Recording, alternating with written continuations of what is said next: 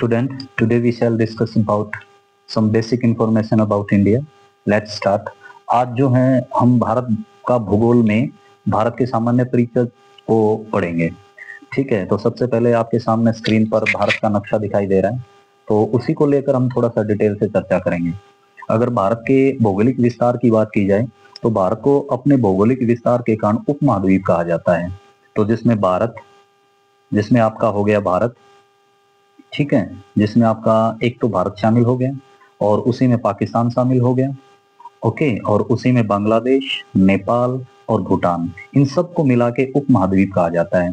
और भारत की जो स्थिति है अक्षांश को लेकर और देशांतर को लेकर, उसकी भी चर्चा कर लेते हैं। भारत पृथ्वी पर उत्तरी गोलार्ध में स्थित है। मान लो ये पृथ्वी हो गई, ये आपकी इक्वेटर हो गई जिसको भूमध्य रेखा बोलते हैं, ये हो गया आपका उत्तरी गोलार्ध, ये हो गया आपका दक्षिणी गोलार्ध।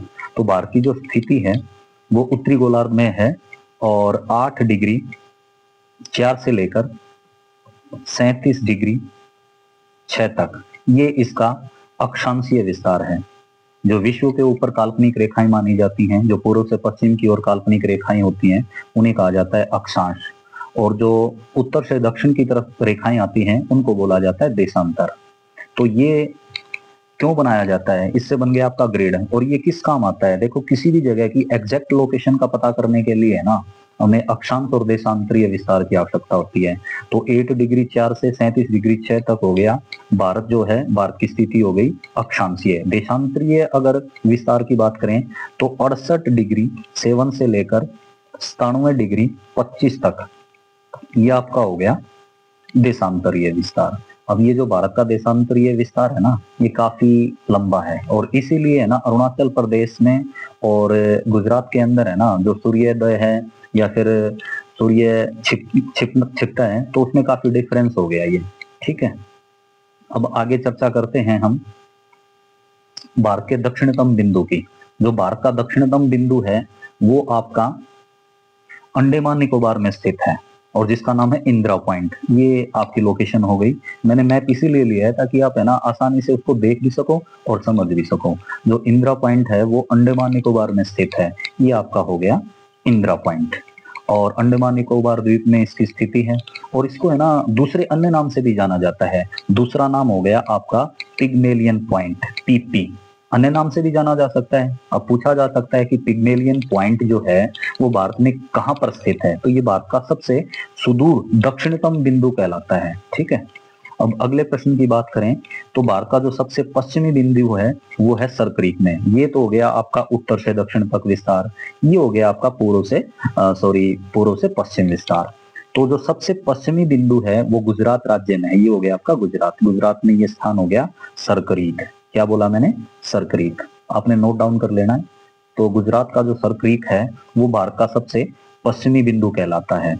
अगर पूर्वी बिंदु की बात करूं तो वो अरुणाचल प्रदेश में है। अरुणाचल प्रदेश के पास वालांगू, ये मैंने लिख दे दिया आपकी स्क्रीन पे, वालांगू। तो ये वालांगू जो है ये सबसे पूर्वी बिंदु है। सरक्रीक गुजरात के अंदर ये आपका सबसे पश्चिमी बिंदु है। अगर उत्तरी बिंदु की बात करूं मैं तो हमारा जो भारत देश है उसमें सबसे उत्तरी राज्य है जम्मू कश्मीर, ये हो गया आपका J&K। तो J&K में जो सबसे उत्तरी बिंदु है उसका नाम है इंद्राकाल।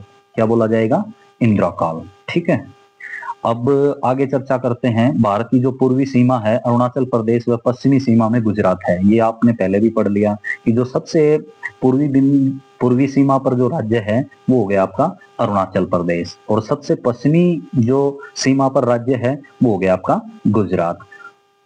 ठीक है, एक बार इसको क्लियर कर लेते हैं। अब आगे चर्चा करते हैं। भारत का जो उत्तरीय विस्तार है वो लगभग है 3214 किलोमीटर। ये जो आपका विस्तार हो गया भारत का, ये हो गया 3214 किलोमीटर, नोट डाउन कर लेना आप। 3214 किलोमीटर जो है भारत की लंबाई है। पूर्व से पश्चिम की अगर चर्चा करें तो ये आपकी लंबाई होगी 2933 किलोमीटर। ठीक है, और जो भू सीमा है उसकी लंबाई हो गई लगभग 15,200 किलोमीटर। जो भारत की भू सीमा है जो पाकिस्तान से लगती है या फिर नेपाल से लगती है, बांग्लादेश से लगती है, वो सारी जो भू सीमा है वो हमारी होगी 15,200 किलोमीटर। अगर समुद्र तट की कुल लंबाई की बात करें तो वो हो गई 7,516 किलोमीटर। और अगर एक्यूरेट की बात करें तो 7,516.6 किलोमीटर। ये कुल लंबाई क्यों बोला मैंने, क्योंकि इसमें अंडमान निकोबार और लक्षद्वीप, ये जो द्वीप समूह है, इनको मिला के मैंने चर्चा की है। ठीक है। और केवल मुख्य तट की अगर बात करें, ये हो गया आपका मुख्य तट। तो जो मुख्य तट की लंबाई है उसकी चर्चा हम आगे करेंगे। वैसे मैं आपको बता देता हूं, और जो मुख्य भूमि है, भारत की जो मुख्य भूमि है, उसकी लंबाई लगभग 6100 किलोमीटर है। अब आपने एग्जाम में ध्यान देना है कि वो एग्जामिनर क्या पूछ रहा है। अगर भारत के मुख्य भूमि तट की लंबाई पूछ रहा है तो वो तो हो गई 6100 किलोमीटर, और अगर समुद्री तट की कुल पूछ रहा है तो वो हो गई 7516 किलोमीटर। ये आपने एग्जाम में थोड़ा सा आपने ध्यान रखना होगा। और अब आगे चर्चा कर लेते हैं हम भारत का कुल क्षेत्रफल। भारत का जो कुल क्षेत्रफल है वो 32,87,263 वर्ग किलोमीटर हो गया। ठीक है। कई बार क्या करते हैं हम 32.8 लाख वर्ग किलोमीटर भी बोल देते हैं।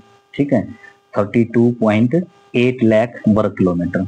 वो डिपेंड करता है कि आप पूरा याद करते हो या फिर शॉर्ट फॉर्म में याद करते हो। कई बार एग्जाम में पूरा दे दिया जाता है तो कंफ्यूज होने की आवश्यकता नहीं, उसको पूरा याद कर लो। आगे चर्चा करें, अगर क्षेत्रफल की दृष्टि से देखा जाए तो भारत विश्व का 7वां देश है, जबकि 8वां अर्जेंटीना है तथा 6ठा ब्राजील है। सबसे ज्यादा क्षेत्रफल में तो आपको पता है रसिया है। तो क्षेत्रफल की दृष्टि से देखा जाए तो वर्ल्ड में हमारा कौन सा स्थान है, 7वां जी। अब आगे चर्चा करते हैं जनसंख्या की दृष्टि से देखा जाए तो जनसंख्या की दृष्टि में चाइना सबसे ऊपर है। ठीक है। और सेकंड नंबर आता है हमारा। अब 2011 के अंदर जनगणना हुई थी तो उसमें क्या पॉपुलेशन थी। अब 2021 के अंदर है ना पॉपुलेशन होनी थी, पॉपुलेशन काउंटिंग होनी थी, परंतु क्या हुआ, कोरोना की वजह से है ना वो जनसंख्या जनगणना का काम अधूरा रह गया। अब अनुमान जो है ना, हम 140 करोड़ हो गए हैं, और एक ऐसा टाइम आएगा कि हम चाइना को क्रॉस कर देंगे। ठीक है। तो इसको लेकर अगर सरकार चाहे तो जनसंख्या को लेकर कंट्रोल के लिए कोई कानून ला सकती है। ठीक है। अब आगे चर्चा करते हैं कि भारत का जो क्षेत्रफल है विश्व के कुल क्षेत्रफल का लगभग 2.42% है। जो पूरी पृथ्वी का क्षेत्रफल है ना, उसके मुकाबले भारत का जो क्षेत्रफल है वो लगभग 2.42% है।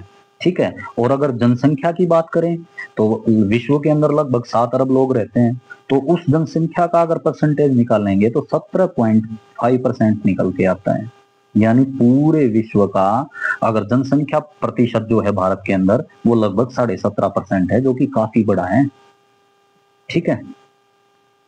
अब आगे चर्चा करते हैं, विशाल देशांतरीय विस्तार के कारण जो है भारत के पूर्वी तथा पश्चिमी सुदूर बिंदुओं के स्थानीय समय में लगभग 2 घंटे का अंतर है। मैंने आपको बताया था कि जो भारत का देशांतरीय विस्तार है उसमें काफी अंतर है। ये हो गया 68°7 से लेकर 97°25 तक। ठीक है। तो एक अक्षांश देशांतरीय विस्तार में ना 4 मिनट का टाइम लगता है। ठीक है। तो भारत के इस विस्तार में लगभग अंतर कितना हो गया आप देख लो, तो 2 घंटे का अंतर है। अब गुजरात के अंदर और अरुणाचल प्रदेश के अंदर जब सूर्योदय होता है या शाम के समय सूर्य आपका छिपता है तो उस समय जो है ना 2 घंटे का आप अंतर मान सकते हो। कहने का तात्पर्य है समय तो एक ही है, क्योंकि मानक समय रेखा जो है इलाहाबाद के नैनी से गुजरती है, तो वो भारत का स्टैंडर्ड टाइम हो गया। परंतु सूर्य उगने का और छिपने का जो अंतर है, समय अंतराल है, वो लगभग 2 घंटे का है। ठीक है। विषुवत रेखा से भारत की दक्षिणतम बिंदु 1876 किलोमीटर दूर है। मैंने आपसे पहले भी चर्चा की थी कि भारत का जो सबसे दक्षिणतम जो पॉइंट है वो क्या है, वो है आपका इंदिरा पॉइंट। क्या बोला मैंने, इंदिरा पॉइंट, जो कि अंडमान निकोबार में स्थित है। ठीक है।